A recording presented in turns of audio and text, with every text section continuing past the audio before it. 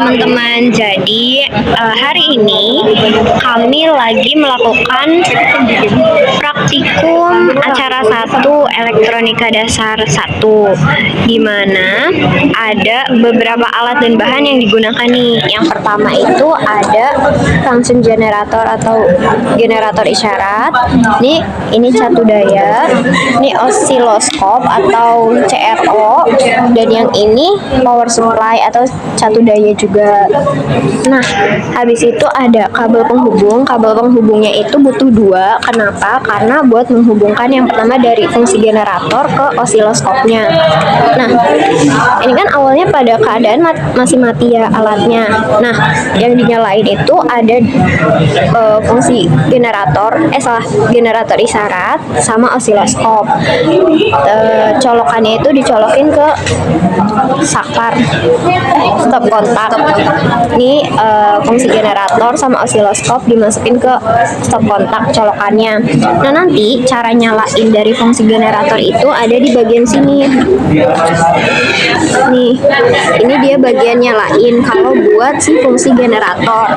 Terus kalau di osiloskop itu nyalainnya ada di bagian bawah sini.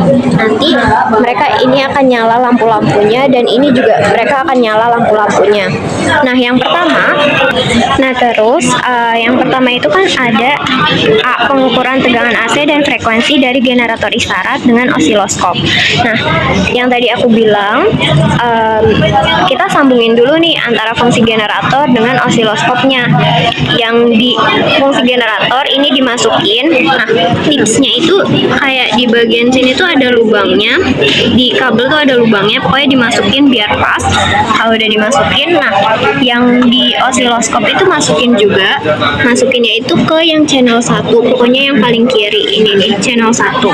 Nah, terus di setiap ujung kabel itu kan ada kabel positif sama negatifnya. Nah, nanti antara keduanya, antara fungsi generator dengan osiloskop itu disambungin.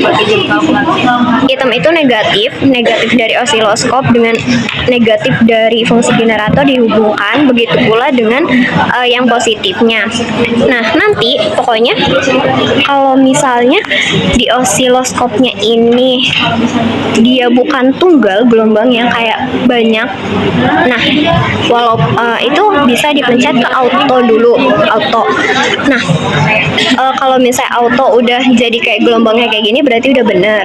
Tapi kalau misalnya masih noise, masih yang gelombang banyak kayak gitu, berarti kita harus ganti kabelnya. Nanti bisa diganti kabel yang dari osiloskop atau enggak yang dari fungsi generator. Nah, terus di sini yang di generator isyarat ada yang variabel tetap, yaitu frekuensinya. Frekuensinya itu pakai 1 kHz. Nah, itu di mana? Jadi gini, nanti buat frekuensi itu dipencet ke sini. Nah, nanti kan di bagian sini nih yang nyala. Ini diganti nih, pokoknya dia di sini kilohertz. Nanti perintahnya apa? Ikutin aja. Kalau misalnya 1 kHz dan ini udah nyala 1 kHz, berarti tinggal nentuin ini tuh pakai ini. Nanti kayak tinggal diputar aja, nyesuaiin angkanya berapa. Nah, ini buat ganti dari megahertz, kilohertz, hertz sama milihertz. Itu di gini, kayak ini turun satu naik 1 gitu. Nah, terus abis itu ada variabel yang diubah. Variabel yang diubah itu ada amplitudo dari generator isyarat. Nah, gimana cara ngubahnya? Itu yang tadi kan frekuensinya udah 1 Hz. Sekarang kita ganti amplitudo. Itu kalau di sini kan ada amplitudo ini ya. Nah, itu kita pencet di AC ini, kalau udah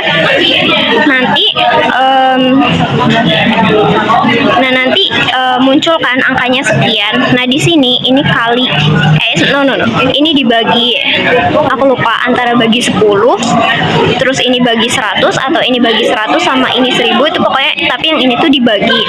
Nah, nanti yang mereka tuh akan ini VPP per desibel kalau nggak salah, ini deh lambangnya. Nah, bagaimana cara mengubah angka ini? Cara mengubahnya itu ada di sini.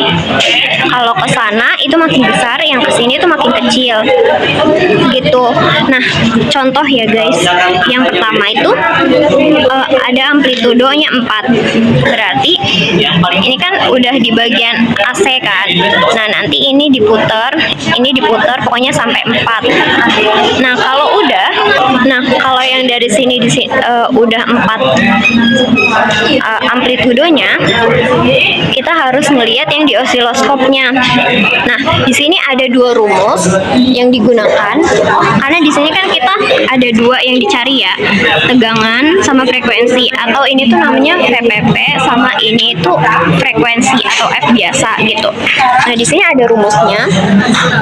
FPP itu sama dengan VDIF dikali jumlah kotak yang vertikal atau dari lembah ke puncak, itu kayak dari atas sampai ke bawah.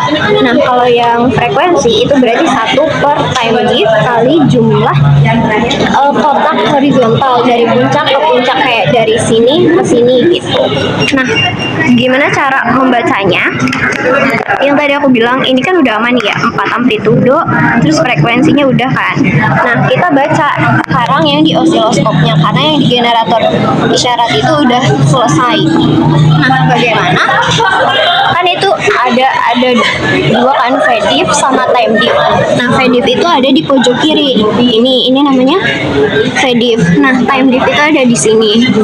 Nah, pertama coba kita cari yang VPP dulu, yang tegangan. Itu kan carinya VDIF dikali jumlah kotak. VDIF V-nya ini 10, terus dikali dengan jumlah kotak yang vertikal. Vertikal itu dari puncak ke lembah. Nanti ini 1, 2, 3, 4. Jadi 4 dikali dengan 50, 200. Berarti tegangannya itu bernilai 200 volt gitu. Nah, terus gimana kalau yang frekuensi? Frekuensi itu kan rumusnya 1 per time diff dikali jumlah kotak secara horizontal. Nah, kita kerjain dulu yang di bawah. Dia time diff-nya itu menunjukkan yang di sini. Nah, di sini tuh kan tulisannya masih 200 mikrosecond kan. Nah, tulisannya itu kan masih 200 mikrosekon. Nah, nanti diubah ke 200 sekon. Jadi 200 dikali 10 pangkat min 6. Nah, nanti itu 2 kurang. Berarti 200 dikali 10 pangkat min 6 dikali dengan jumlah kotak yang horizontal. Horizontal itu ke samping. Kita bisa dari puncak ke puncak, lembah ke lembah, atau kayak di tengahnya ini sama aja. Ini contohnya ya, 1, 2, 3, 4, 5. Berarti 5. Berarti untuk pengerjaan yang di bawah sini, nah, itu kan time diff dikali jumlah kotak horizontal. Tadi time diff-nya itu 200 mikrosecond dikali 10 pangkat negatif 6, supaya dia diubah ke sekon dari mikrosecond ya, terus dikali sama ini. Nah, hasilnya kalau udah sekian, nah itu nanti 1 per hasil yang tadi gitu. Kita masih ada di acara 1, praktikum elektronika dasar 1. Nah, tapi sekarang kita ada di praktikum yang kedua, maksudnya data yang kedua, yaitu pengukuran tegangan dan arus listrik DC dengan MMD.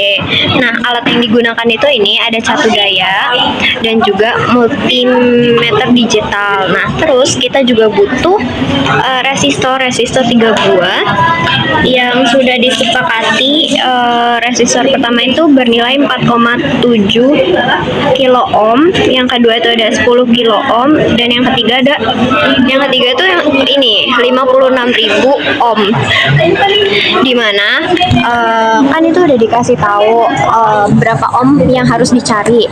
Nah, nanti kita cari di kotak penyimpanan. Di kotak penyimpanan ini nanti kita cari, kita artiin dulu nih, kalau 4,7 ohm ini dia warna apa aja. Kan udah tahu nih, kalau kuning, ungu, merah. Terus kalau yang 10.000 ohm apa, dan 56.000 ohm itu apa. Nah, nanti kalau misalnya udah ketemu data warnanya apa aja, dicari pokoknya di kotak penyimpanan. Nah, di kotak penyimpanan ini banyak isinya. Nah, di sini kita kita cari resistor. Resistornya sesuai dengan yang tadi udah disepakati. Nah, kemudian kita juga ngambil 2 kabel. Kabel kayak gini, itu kita nyari 2, ambil 2. Nah, kalau udah dapet nih resistor dan juga kabelnya. Nanti yang 4,7 kilo ohm itu sebagai resistor 1, yang 10.000 ohm resistor 2, dan 56.000 ohm itu sebagai resistor ketiga. Oh ya, tadi tuh ini kan keadaannya masih belum dinyalain ya. Nah, nanti ini kan ada colokan. Colokannya itu disambungin ke saklar. Kalau udah dicolokin, dia akan nyala cahaya kayak gini. Nah, kemudian udah kan, tadi udah ketemu resistor 1, 2, 3. Nah, kabelnya juga udah diambil 2. Nah, untuk pemasangan resistor itu kita pakainya yang ini, yang tabel kedua. Bisa ini atau bisa ini ya. Ini tuh buat keadaan yang seri, karena kita mau pakai seri, jadi kita pakai ini atau enggak ini. Nah, resistor pertama itu bebas ya, mau di titik mana aja. Nah, ini dicolokin. Nah, resistor yang kedua itu nih, dia tuh harus kotaknya tuh masih sebaris sama yang resistor pertama. Begitu pula juga dengan yang resistor kedua dan ketiga, itu dia masih harus satu baris ya, walaupun dilengkap satu baris atau enggak dilengkap kayak gini tuh sama aja. Yang penting dia menyatunya dalam arti dia masih dalam satu baris gitu. Nah, terus kabel yang ini tuh dipasang. Nah, yang arah kanan tangan ini merupakan negatif, yang kiri ini itu positif.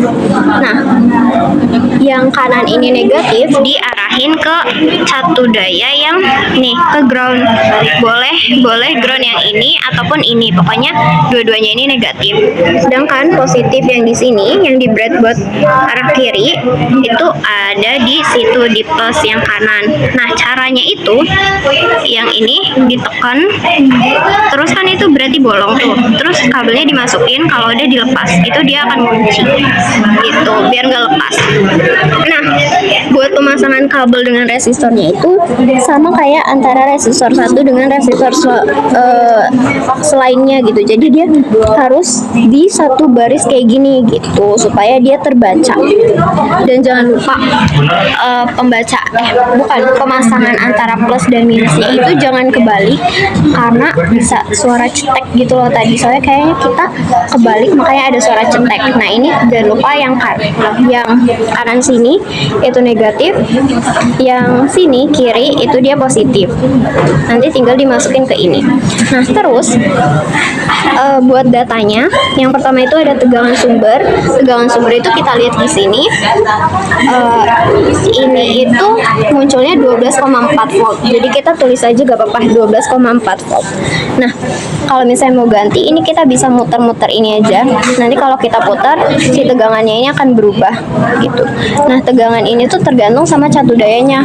Kalau misalnya mau tegangan yang lain, kita mau netapin tegangan yang lain, berarti tinggal muterin ini aja gitu. Nah, terus udah kan nih, dia udah tegangannya 12,4. Selanjutnya ada MMD di sini, digunain diarahinnya ke volt yang kayak gini. Nanti dia nyala kan. Nah, untuk kabel MMD yang merah ini namanya positif, yang hitam itu negatif. Terus buat pengerjaan apa ya, mengecek ngukur tegangan di resistor ini berapa, dia ditempelin. Nah, sebentar, tadi itu kan yang merah ini dia plus, dia disamain sama arah plus yang kabel, karena plus kabel yang ini kan plus, jadi dia yang sini juga plus gitu, yang kiri. Nanti ditempel kayak gini. Kalau plus yang kiri, kalau kiri ini plus, berarti yang sananya negatif gitu. Terus dilihat di multimeter digitalnya ini dia berapa. Nah kalau misalnya di multimeter digitalnya ini dia menunjukkan negatif, berarti itu kebalik. Jadi nanti tinggal dibalik kayak gitu aja gitu. Begitupun dengan data yang resistor 2 dan juga resistor 3.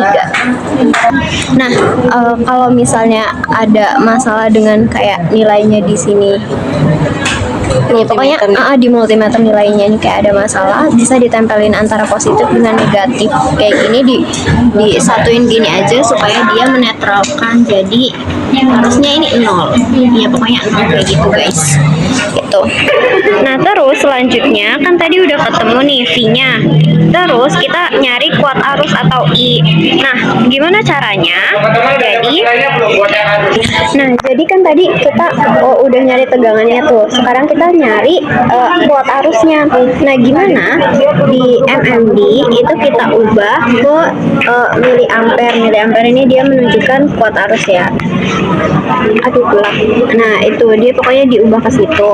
Nah terus langkah selanjutnya kita ngambil kabel jumper 2 merah sama hitam kalau bisa, supaya paham perbedaannya gitu. Nah terus yang plus yang plus dari catu daya kabel ini kabel yang ini kan tadinya kepasangnya di sini ya. Nah itu dilepas, kemudian dijepit sama kabel jumper yang sisi satu. Nah kabel jumper sisi satunya lagi itu ngejepit ini kabelnya, kabel dari yang MMD yang merah. Jadi dia harus positif sama positif. Nah terus yang kedua kan MMD ini ada 2 kabel ya, ada positif merah dan negatif yang hitam. Nah nanti dari ini dari MMD itu dijepit sama yang kabel jumper hitam. Nah terus ini kan satu sisi, yang sisi lainnya itu ngejepit di resistor yang A di sini. Kan tadi tempat yang kabel penghubung positif kan udah dilepas nih, tadinya kan di sini. Nah terus ini sekarang buat negatifnya tuh dijepit di resistor gitu. Kabel yang ini negatif atau ground dari catu daya ini masih tetap di situ. Nah kemudian untuk bagaimana selanjut datanya, nah ini kan tadi data yang pertama nih. Data yang kedua itu tegangan sumbernya kita masih sama 12,5. Nah tapi kita ngulang pengukuran, kayak kita tuh nanti nyari apakah V yang di AB, V BC sama V CD nya ini sama atau beda. Terus kita juga nyari I nya. Nah kemudian di data 3 itu baru kita ganti tegangan dari si catu dayanya ini dengan cara diputar. Nah terus di data keempat itu menggunakan tegangan yang sama kayak di data yang ketiga. Jadi misalnya di data ketiga kita ngambil 20 volt, berarti yang di data keempat kita juga pakai 20 volt, cuman kita ngukur ulang supaya bisa membandingkan apakah VAB, BC dan CD-nya ini sama dengan data yang ketiga, seperti itu.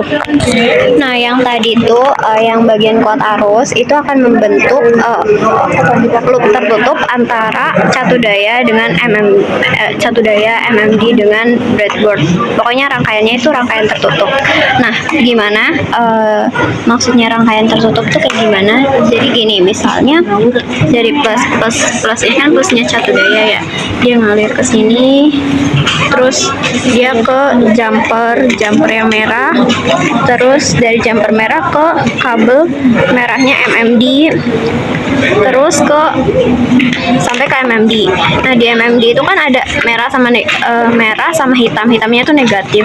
Nah negatif tuh jalan ke sini, nyambung ke jumper tuh nyambung ke resistor 1, nyambung ke resistor 2, nyambung ke resistor 3. Nah di resistor 3 itu kan ada kabel yang kecil kayak gini kan. Nah kabel yang kecil ini menghubungkan antara breadboard yang resistor 3 kembali ke catu daya lagi. Jadi dia dia ngalir kayak dari catu daya yang plus ngalir sampai ke catu daya yang negatif, dia kembali ke catu daya lagi gitu. Jadi itu yang dinamakan loop tertutup.